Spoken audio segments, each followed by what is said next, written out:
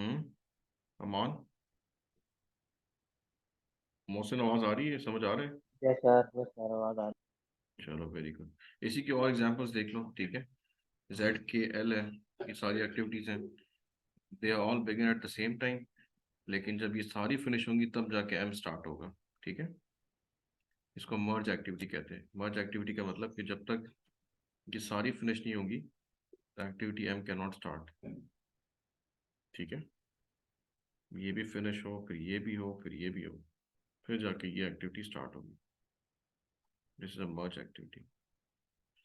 और z is a preceding activity preceded by x and y।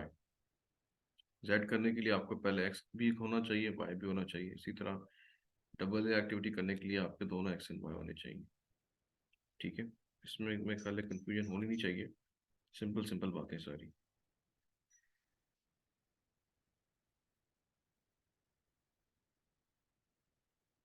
अब questions पे आते हैं। What are the questions will be exam in the exam, ठीक है। या फिर हमारे डेली लाइफ में क्वेश्चंस किस तरह होते हैं प्रोजेक्ट मैनेजर के लिए। This is a particular table जो हमारे पास बना होता है, ठीक है। एक एक्टिविटी ए है, कोई प्रोजेक्ट कर रहे हैं हम ऑटोमेशन ऑफ वेयर हाउस का। हम कोई वेयर हाउस है जिसमें हम ऑटोमेशन लगाना चाह रहे हैं। तो उसके लिए सबसे पहले क्या करेंगे, हमारी रिक्वायरमेंट हम डिफाइन करेंगे, ठीक है। फिर उसके बाद टीम को असाइन कर देंगे, डिज़ाइन करेंगे कोई हार्डवेयर पिकिंग का, कोई सॉफ्टवेयर की कोडिंग करेंगे, बिल्ड हार्ड टेस्ट हार्डवेयर, ठीक है, डेवलप अ पेटेंट, फिर सॉफ्टवेयर का टेस्ट रिक्वायर होगा, देन इंटीग्रेट सिस्टम्स। ये सारी एक्टिविटीज हम परफॉर्म करेंगे in order to automate the warehouse, ठीक है। देखते हैं इसमें क्या करना है हम लोग। प्रीसीडिंग एक्टिविटी का मतलब समझ में आ रहा है कि जब तक ये एक्टिविटीज खत्म नहीं होंगी आप एक्टिविटी स्टार्ट नहीं कर सकते। लाइक एक्टिविटी एच को करने से पहले आपके पास कौन कौन सी एक्टिविटी होनी चाहिए। एक्टिविटी एच करने से पहले आपके पास ये तीनों एक्टिविटीज खत्म हो जानी चाहिए। एक्टिविटी ई जो कि थी building a test hardware, activity F जो थी वो क्या थी, पेटेंट आपका डेवलप हो जाए, एक्टिविटी जी टेस्टिंग। ये तीनों एक्टिविटीज जब खत्म हो जाएंगी उसके बाद एक्टिविटी एच स्टार्ट हो, ठीक है।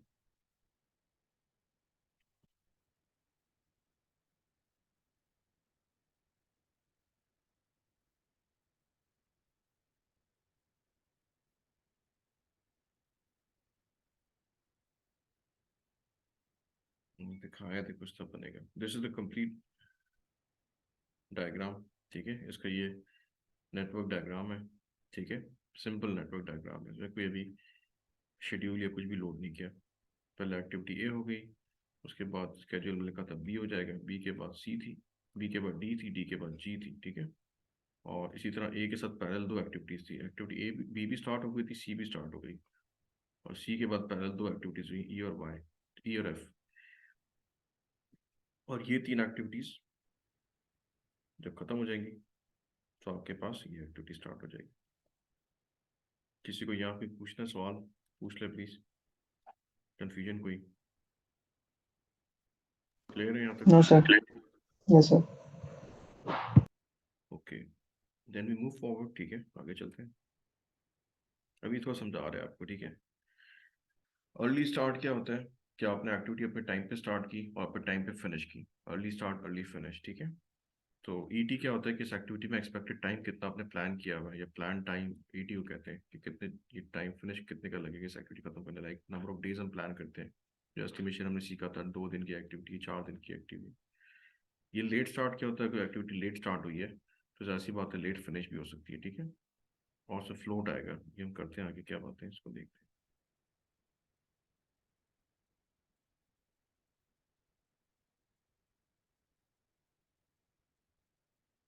देखो एक और एग्जांपल दिया उन्होंने, ऑटोमेटिक वेयर हाउस, ठीक है।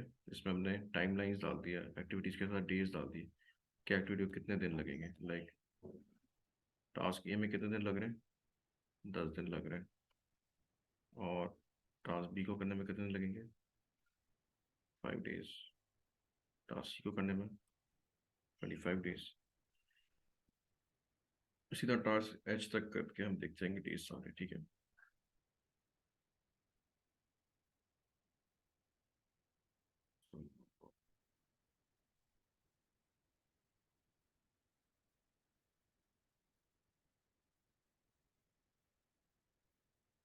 देखो इसका डायग्राम ये बनेगा, ठीक है।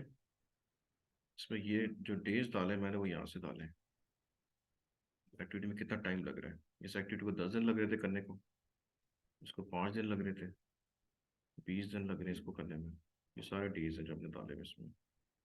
ठीक है, ये दिए मैं क्वेश्चन में आपको।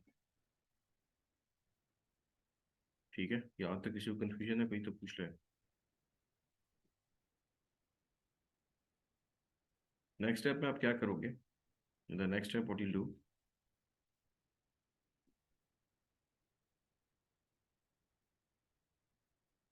नेक्स्ट स्टेप में इसको फिल करना है हमने। ठीक है, लेट्स फिल दिस एक्टिविटी। ये एक्टिविटी 0 डेज पे स्टार्ट हुई, गौर से देख के जाओ। 10 दिन लगे तो खत्म कितने दिन बाद होगी, 10 दिन बाद खत्म हो जाएगी। ठीक है, फिर 10वें दिन ये स्टार्ट हो जाएगी और 5 दिन इसको लगेंगे। 10 + 5 क्या होगा, 15 डेज लग गए इसको। Avevamo molto charger de roli, दो बताओ da 25,000 poi vuoi che please mute your mic Shoaib. 10th day पे ये स्टार्ट हुई, 25 डेज को लगे तो ये कब खत्म होगी, 35 डेज बाद ये खत्म होगी। ठीक है, 35 के बाद ये 35 डे पे ये आगे पहुंच जाएगा, 35 डे उसको हो चुके होंगे और 50 दिन ये लगेंगे तो कितना हो जाएगा, 35 + 50 इज व्हाट, 85 डेज पे ये खत्म होगी। ठीक है, और इधर 35 डे पे ये भी स्टार्ट हो चुकी होगी, इसको लग रहे होंगे 15 दिन और, तो ये हो जाएगा 35 + 5 = 40 + 1 50 डेज में ये खत्म हो जाएगी एक्टिविटी। और ये एक्टिविटी यहाँ से एरो गया है, 15 दिन पे स्टार्ट हुई है, 20 दिन लगने हैं इसको, तो 15 + 20 is 35 डेज को लगेंगे। ठीक है, फिर 35 डेज पे एरो इधर गया, 35 डेज इधर हो गए और कितने हो गए, 35 + 35 70 डेज हो चुके हैं। अब देखो सारी एक्टिविटीज एक साथ फिनिश होंगी, तो सबसे लेट में जो फिनिश होगी वो पुट करते हैं। 70 डेज हो चुके हैं, ये फिनिश हो चुकी है, लेकिन अभी ये स्टार्ट नहीं हुई जब, क्योंकि बाकी लोग बाकी एक्टिविटीज खत्म करना। 50 डेज हो गई खत्म हो गई, लेकिन we waiting for this activity to finish. तो 85th डे पे ये सारी स्टार्ट होंगी, 85 डेज इधर आ जाएगा, 15 डेज इसको लगेंगे, कितना हो जाएगा 90, और ये 100 डे में पूरी एक्टिविटी खत्म हो जाएगी। किसी को यहाँ पे प्रॉब्लम है तो पूछ ले प्लीज।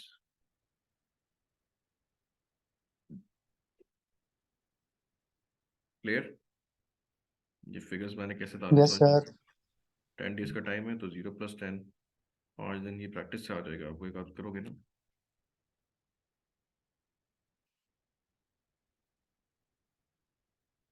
देखो उन्होंने यही काम किया जो मैंने अभी आपके लिए किया ना पेंसिल से, ये दिखाया हुआ है उन्होंने। ठीक है, 0 से 10 डेज, 10 डेज, 15 डेज, सारा उन्होंने फिल किया।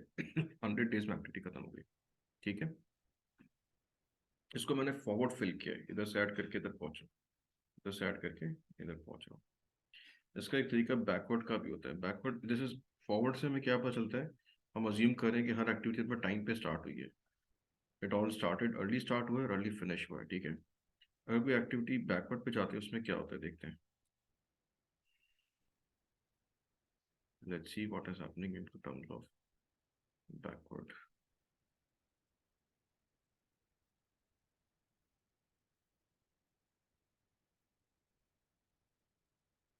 फॉरवर्ड में क्या किया आपने, ये इसकी मैथ्स बताई हुई है ना कि मैं ऐड करता गया ड्यूरेशन में जो उसका टाइम है। ठीक है, और उससे मैं निकाली जा रही है। बैकवर्ड नोड में क्या होता है, ठीक है, what is happening in backward node. इसमें क्या करना होता है आपने, कि आपने एक्टिविटीज का पूरा फॉरवर्ड बन चुका है, अब आप पीछे जाते हो, रिवर्स जाना है। ठीक है, how do you go reverse,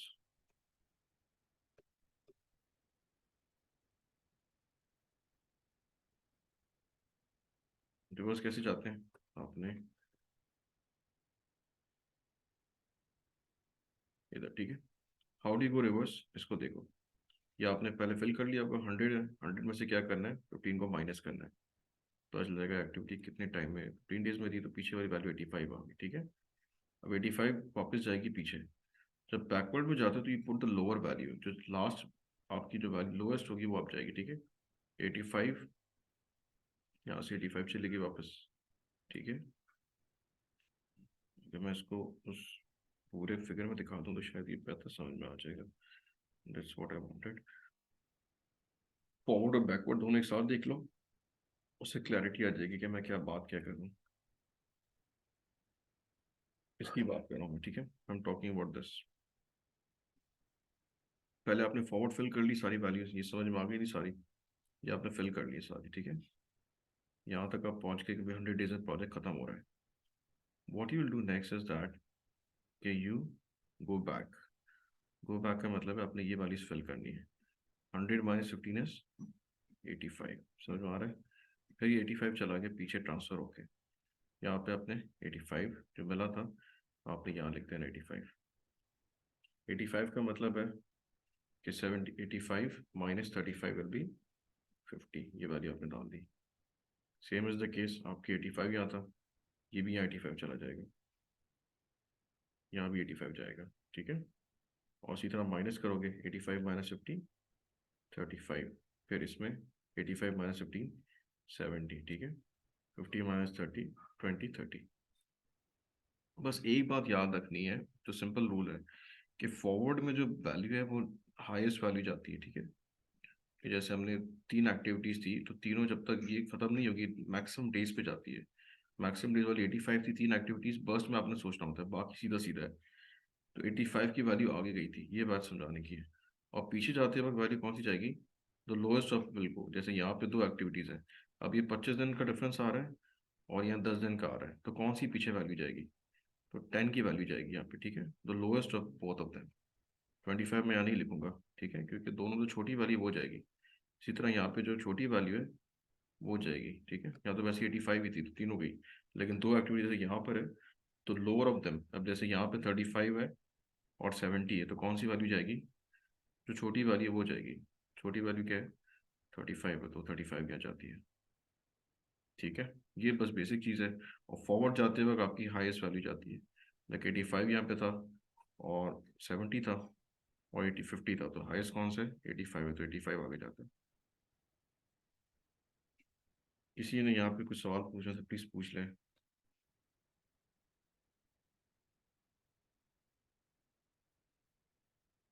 yes, all clear, सब समझ में आ रहा है। सर कोई एम्प्टी डायग्राम डायग्राम नहीं है जिसका मतलब आप कंप्लीटली आप फिल करके जरा बता दें। थोड़ी सी कंफ्यूजन हो रही है, मतलब ये नंबर इसको मिक्सअप हो इसको रहे हैं। फिल, चलो इसको मिल के फिल करते हैं। अच्छा चलो वेरी गुड, इसको फिल कर लेते हैं साथ बैठ के, ताकि ना आपको समझ भी आ जाए और ये अच्छी तरह आगे बैठ जाए।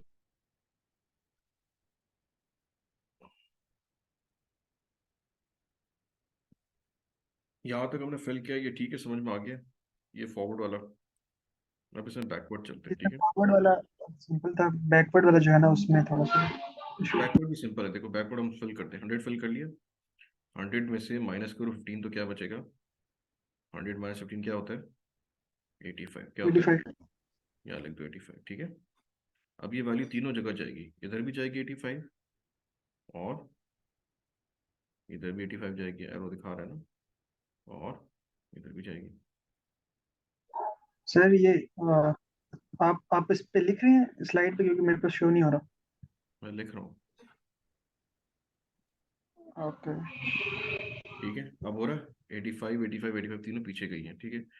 अब यहाँ पे क्या होगा, 85 माइनस 35 क्या हो जाएगा, कितना होता है 85 minus 35, 5 minus 5 0, 8 minus 5, 8 minus 3 is 5, 50 हो जाएगा, यहाँ 50 आ जाएगा। इधर क्या होगा, 85 माइनस 50 कितना हो जाएगा, 35 होगा। मैथ्स चेक कर लेना बस, बाकी ठीक है, 35 हो जाएगा। 85 माइनस 15 कितना हो जाएगा, 5 माइनस 5 इज 0 और 8 माइनस 1 इज 7, ठीक है, 70 हो जाएगा। और इधर क्या होगा, 50 है, 50 इधर से इधर आ जाएगा, सिंपल। 50 माइनस 20 क्या हो जाएगा, 30, ठीक है। और 30 फिर वापस पीछे चला जाएगा, 30 में से 5 माइनस करो क्या हो जाएगा, 25। और यहाँ पे क्या होगा, 70 था और 35 था। अब देखो यहाँ मसला आएगा, 75 में से 35 दो वैल्यूज भेजनी है यहाँ पे, तो कौन सी जाएगी, ये मैंने बताया रूल क्या है, स्मॉलर वैल्यू बिल्कुल कौन सी जाएगी, स्मॉलर वाली। स्मॉलर कौन सी, 70 और 35 में स्मॉलर कौन सी है, 35 स्मॉलर, तो यहाँ 35 आ जाएगा। ये क्लियर हुआ बकार तुम्हें। पॉइंट। जी सर, ठीक है। अब 35 में से 25 माइनस करो, कितना हो जाएगा? 10 बचेगा, ठीक है। अब मसला फिर वही आ गया, 25 में से 10 कौन सी वैल्यू जाएगी इधर? फिर अगेन स्मॉलर वाली कौन सी? 25 10 में से 10 इज अ स्मॉलर वैल्यू। इन दोनों में से स्मॉलर वैल्यू Yes, कौन sir. सी? इन दो पॉइंट्स में से, इन दो पॉइंट्स में से 25 और 10 में से स्मॉलर वैल्यू इज 10, ठीक है। तो 10 जाएगा इधर। 10 माइनस 10 है 0, उसका 0 आ जाएगा। इसका मतलब आपको फॉरवर्ड और बैकवर्ड बिल्कुल सही बना है। ठीक है सर। क्लियर? ये अभी भी मसला है? जी सर, क्लियर हो गया, थैंक यू। बाकी लोग सो रहे हैं या बाकी लोगों को समझ में आ रहा है? सर यहीं पे आ रहा है समझ। बड़े सारे जीनियस बैठे हुए हैं, पहली अटेम्प्ट में समझ में आ जाता है। चलो, वेरी गुड।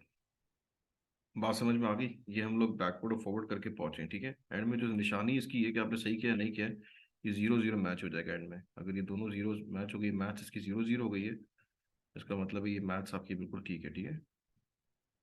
ये मैथ्स आपकी ठीक है। और दूसरी क्या निशानी है इसकी? एंड में भी दोनों में ये बैकवर्ड और फॉरवर्ड इसलिए करते हैं ताकि पता चले हमने सही किया है गलत किया, ठीक है। ये 0 हो जाएंगे एंड में दोनों। 10 माइनस 10 0, और ये तो शुरू में स्टार्ट 10 से हुआ था, ठीक है। This is the basic understanding of it.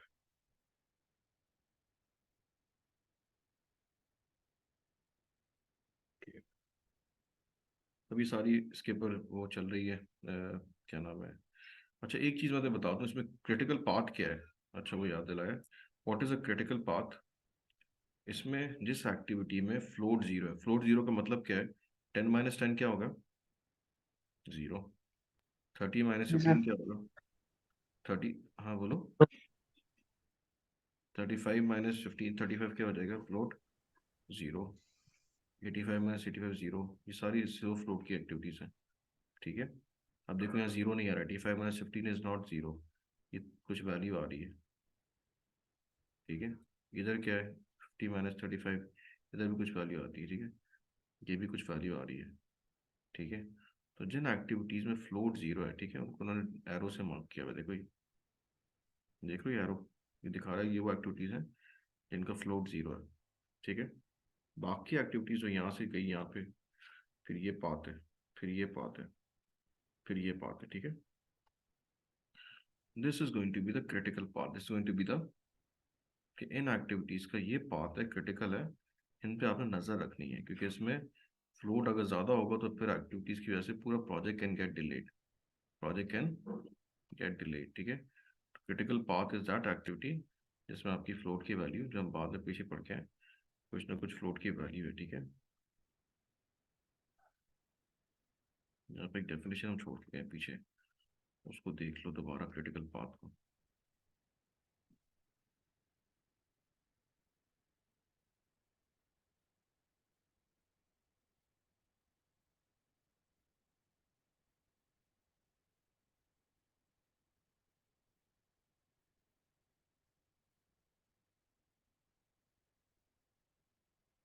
Critical path लिखा हुआ है, देखें डेफिनेशन, पहले पीछे थी कहीं डेफिनेशन क्रिटिकल पाथ की। बहरहाल देख लेना, इसमें होंगी क्रिटिकल पाथ जरूर, ऐसे नहीं होता कि मेंशन ना करें, क्रिटिकल पाथ का जरूर जिक्र आता है।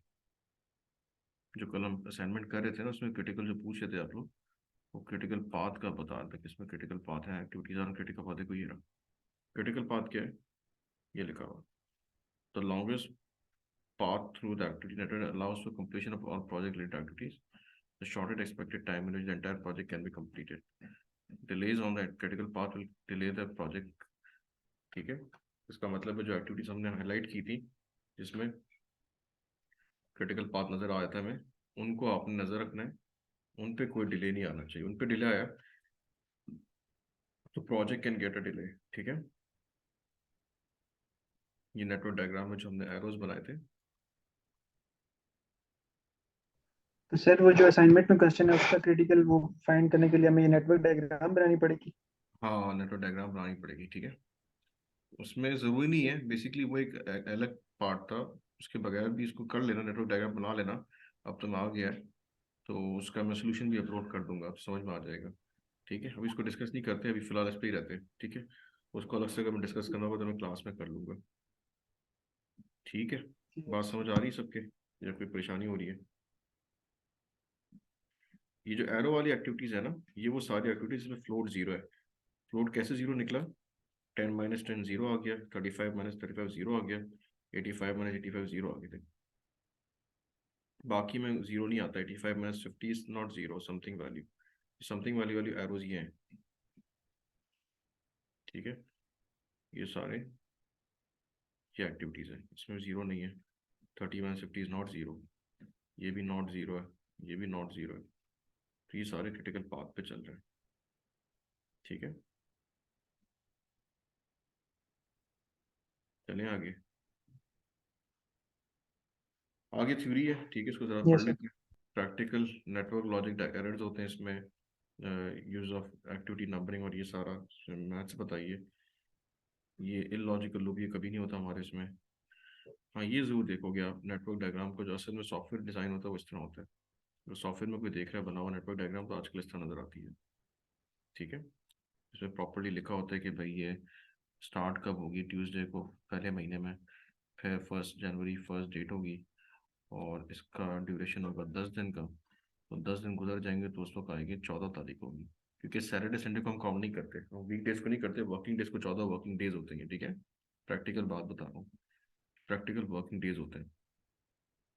और उसके बाद इसकी आईडी भी आती है। आईडी, एक्टिविटी की आईडी 2 है, इसकी 3 है, इस तरह नंबर ऑफ डेज 5 की है।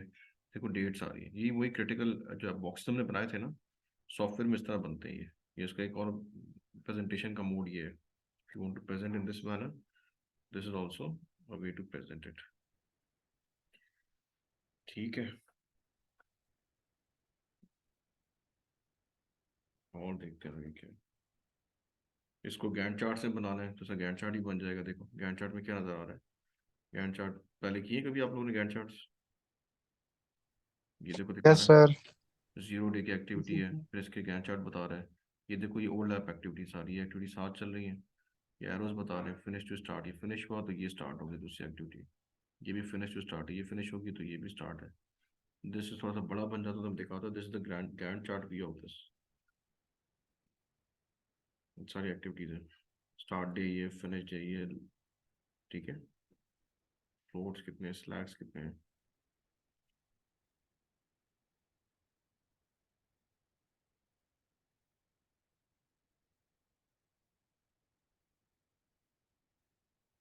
अच्छा, लैडरिंग क्या करते हैं हम? लैडरिंग में करते हैं कि हम एक्टिविटी को ब्रेक करते हैं डिफरेंट सेगमेंट्स में, ठीक है। इसका मतलब है जब तक एक एक्टिविटी खत्म ही नहीं हुई दूसरी तो स्टार्ट ही नहीं होगी, फिर तो हम फंस जाएंगे। तो हम बड़ी एक्टिविटी को लैडर कर देते हैं कि यार ये भी चलती रहे, खत्म होती रहे, बात साथ में जो हिस्सा खत्म हो गया उससे दूसरे से स्टार्ट हो जाए, ठीक है। मिसाल के तौर पे अगर आपका कोई 240 स्क्वायर यार्ड का प्लॉट है, तो अगर आपने डिगिंग की हुई है तो आपने कहा ठीक है यार ये डिगिंग तो चलती रहेगी, जहाँ जहाँ डिगिंग होती गई है वहाँ पे आप स्टार्टिंग कर दें कंस्ट्रक्शन, ठीक है। तो उसको लैडरिंग कहते हैं। लैडरिंग क्या होती है? और दूसरी क्या, लैगिंग है, ठीक है। लैगिंग क्या होता है? कोई लैग आ जाए एक्टिविटी में, डिले आ जाए, ठीक है। तो minimum amount of time an activity must be delayed और टू बिगिन और एन एंड, ठीक है। और कोई लैग आ जाए, टाइम का कोई डिले आ जाए, इसको हम एक्टिविटी लैग्स कहते हैं। कि इसमें कोई एक्टिविटी का लैग लगा सकते हैं, तो आपको पता होगा कि इसमें एक्टिविटी डिले हो सकती है 10 दिन, 5 दिन, 2 दिन। ये लैडरिंग की एग्जाम्पल है, देखो ट्रेंच आपने खोदा हुआ है, साथ में ये काम भी चल रहा है। ये एक्टिविटी 1 3 वही लैडरिंग हुई, इसी एक्टिविटी ट्रेंचिंग की आपने लेटरिंग कर दी, मतलब ट्रेंच का पहले एक्टिविटी खत्म हुई, जैसे पानी पिला दिया ज़मीन को, फिर उसके बाद उसको लेवल किया, फिर उसके बाद उसमें स्टोनिंग की। ये 3 एक्टिविटीज़ हमने डिस्ट्रीब्यूट कर दिया, ये है ही ट्रेंच की एक्टिविटी। इसके साथ साथ हमने क्या किया, ले पाइप, जहाँ जहाँ पाइपिंग स्टार्ट कर दी, यहाँ ख़त्म हुआ काम यहाँ पाइपिंग स्टार्ट कर दी, यहाँ ख़त्म हुआ यहाँ काम। फिर रीफिलिंग करनी तो पहले जहाँ रीफिलिंग को दिया उसको लेटरिंग कर दी। This is typical example of lettering activity. बजाय इसके कि मैं एक्टिविटी ट्रेंच करता, एक एक्टिविटी बनाता ए, फिर उसके बाद करता रिफिलिंग बी, ठीक है, रिफिलिंग की एक्टिविटी अलग करता, तो मैंने क्या किया, इसको ट्रेंचिंग कर दी, किसी के 3 ट्रेंच निकाल दी, ट्रेंचिंग चल रही है इसकी, ठीक है। ये वाला इसी से रिलेटेड है, ये इससे रिलेटेड है, ये इससे रिलेटेड है। पाइप की भी ट्रेंचिंग कर दी, ये वाला ये वाला ये वाला। फिर रिफिलिंग की एक्टिविटी कर दी, वो इसके साथ उसको लिंक करके यहाँ पे ये सारा, ठीक है। कोई परेशानी?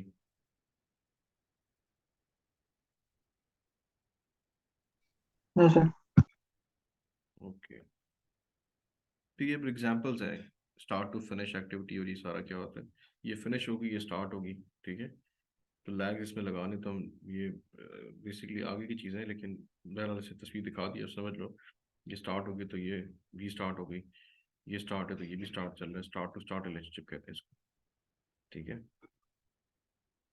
इसी तरह ये स्टार्ट है तो ये स्टार्टिंग लैग 3 स्टार्ट हो गया, अगेन ये वही ट्रेंच पाइप और उसकी चल रही एग्जाम्पल। फिर हम इसे रिड्यूस अपने प्रोजेक्ट का ड्यूरेशन कम कर लेते हैं कि we don't wait for the whole activity finish, साथ साथ हम ट्रेंचिंग और लैगिंग करते हैं ताकि वो काम चलते रहे। जिसके एरोज बनाए उन्होंने, start to finish, start to start, ये सारे इसमें डिफरेंट रिलेशनशिप्स बन सकते हैं। फिनिश टू फिनिश है, ये एक्टिविटी फिनिश हुई तो ये भी फिनिश होगी, ये स्टार्ट हुई और ये फिनिश हुई, स्टार्ट टू फिनिश।